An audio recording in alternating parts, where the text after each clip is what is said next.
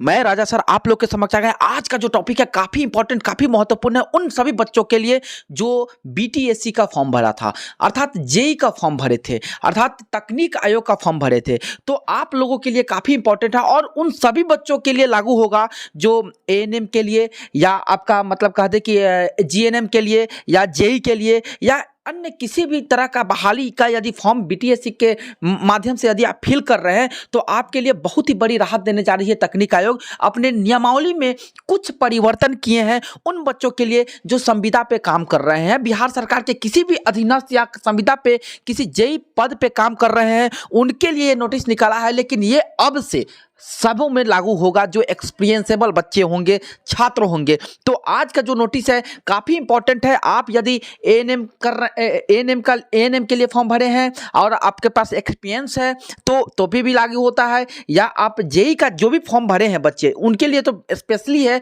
उनके मतलब अमेंडमेंट में उनके अधिनियम में संशोधन किया गया है। तो चलिए हम आपको ले करके चलते हैं उस लेटर पे कि क्या कह रहा है वो लेटर, ठीक है ना। तो बिल्कुल आप लोग बने रहिए मेरे। जी हाँ, ये है आपका लेटर, बिहार तकनीकी सेवा आयोग। क्लियर हो गया, बिहार तकनीकी सेवा आयोग। और ये 12/10/2022 को ये लेटर आया है। आज हो गया 20 तारीख, मतलब 8 दिन हो गया इस लेटर के आए हुए। और विषय देख लीजिए क्या कह रहा है कि विज्ञापन 1/2019 कनीय अभियंता के लिए ये निकाला गया है। ध्यान से सुनिएगा, कनीय अभियंता मतलब असैनिक, मतलब यांत्रिक या विद्युत, मतलब सिविल हो गया, मैकेनिकल हो गया या इलेक्ट्रिकल हो गया के पद पर नियुक्ति हेतु उम्र सीमा में छूट के संबंध में। अब हम आपको मोटा मोटी बात बता दें कि इसमें क्या कहा गया है कि जो बहाली निकाला गया था, जो जेई का सिलेक्शन प्रोसीजर हुआ था, उसमें क्या किया गया था, उम्र सीमा में छूट सिर्फ 7 वर्ष के लिए दिया गया था संविदा पे काम करने वालों के लिए। लेकिन अब 10 साल और बढ़ा दिया गया। जैसे कंडिका, यहाँ पे देखिए विषय, देखिए यहाँ पे कंडिका 2 में क्या कर रहा है, अंकित संविदा पर नियोजित अभ्यर्थियों की आयु सीमा में दे छूट अधिकतम 10 वर्षों के साथ कंडिका 4 में अंकित अप्रकाशित विज्ञापन हेतु आयु सीमा में दे छूट अधिकतम 7 वर्ष को जोड़ करके, मतलब 7 वर्ष अधिक जोड़ दिया गया और कुल करके 17 वर्ष कर दिया गया। तो अब समझ जाइए, यदि आप मैक्सिमम बिहार सरकार जब भी देती है कोई बहाली, तो यदि तकनीक आयोग के माध्यम से है तो बिहार सरकार के माध्यम से जब भी, तो मैक्सिमम 37 साल तो जरूर रहता है, ठीक है ना। तो यहाँ 37 साल कह रहा है।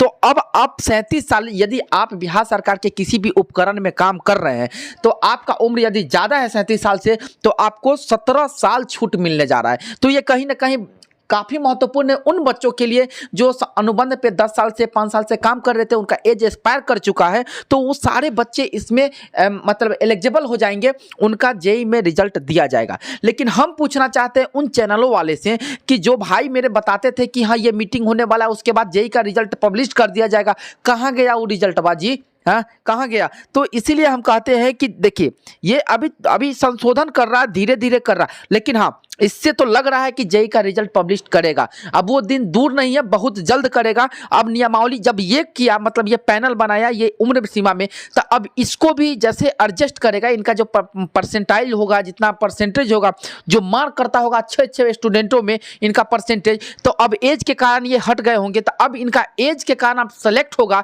और इनका भी वहाँ पे एडजस्ट किया जाएगा और फिर पीछे वाला जो रैंक होगा वहाँ से रिमूव होगा। तो गाइज ये कहीं ना कहीं आपके लिए काफ़ी महत्वपूर्ण न्यूज था। यदि इस तरह का न्यूज के लिए आप चाह रहे हैं तो मेरे चैनल को जरूर सब्सक्राइब कर लीजिएगा, बेल आइकन को जरूर दबा दीजिएगा। आपके राजा सर हमेशा अपडेट करते रहेंगे इस तरह का वीडियो। अपने भाई को जरूर सपोर्ट कीजिएगा। Okay guys, bye bye.